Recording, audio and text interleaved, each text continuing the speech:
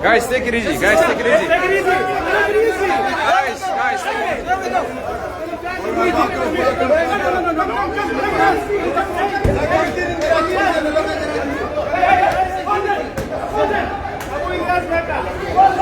Guys, relax. Come on, take it easy.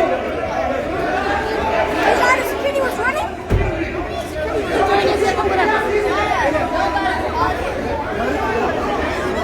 Guys, take it easy. Nothing is going on.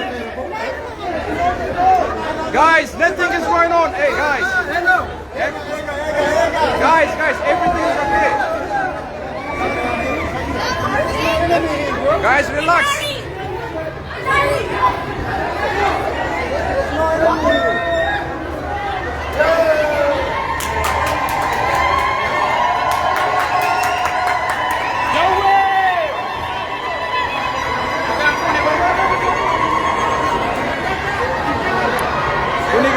Safety saati bakkanatti jarjarsanii baasanii waan biraatii miti. Assalamu alaikum.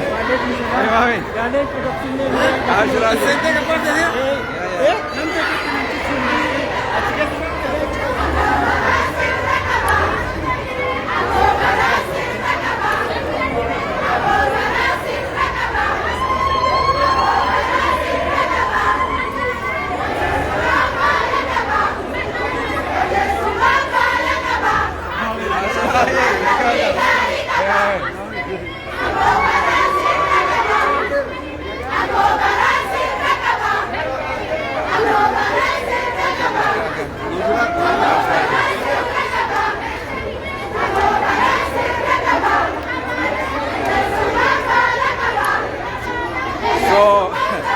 Airport ini apa sih kira?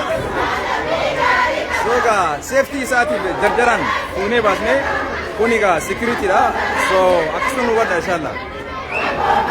Arius tadi. Hey, Matias. Agam. Hey, gedi.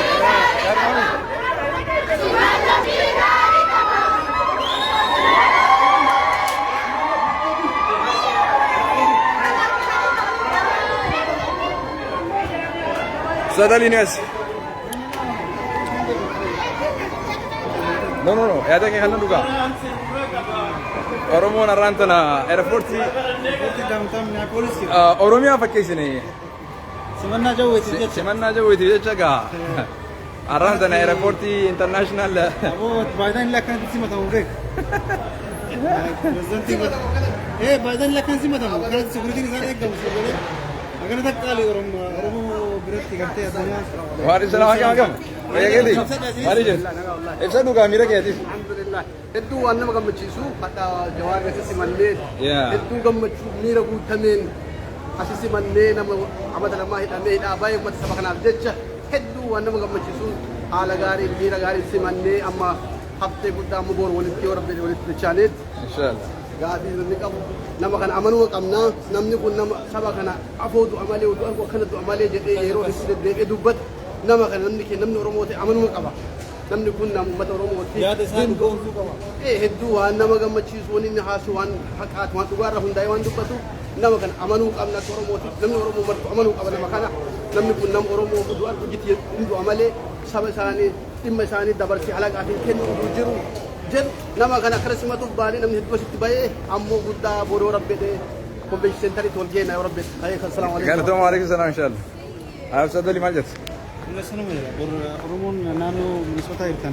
Gaafii qaban, yaada qaban. Oromoon maal jette? Oromoon naannoo Minnesota, state Minnesota jirtan jechuudha. Sirri. South Dakota, North Dakota maal state xiqqoo kanneen. Naam. As dhuftanii asitti hirmaasuu dandeessanii kaan ammoo state mara deeman nu. Sirri. Wanni guddaan uummata Oromootiin jennu namni kun akka nama biraatii miti. Beekaa ofii namni kabajachuu qabaan akkasuma. Galatooma gaa hordoftoota daawwattoota keenya simannaan Haaji Juhar bifa kanaan simatame ammaan tana sababa security isaatiif yeruma sanitti akka bu'etti fuudhanii gara bakka inni qubatutti deemanii ni jirani. akkasigaa nuti illeen sagantaa keenya akkana fakkaatee asirraa gabaabanna. Yoo rabbi fedhe gaa boru wal argaan teenya convention center galma guddaa Minneapolis tti haa ta'u turtii gaarii.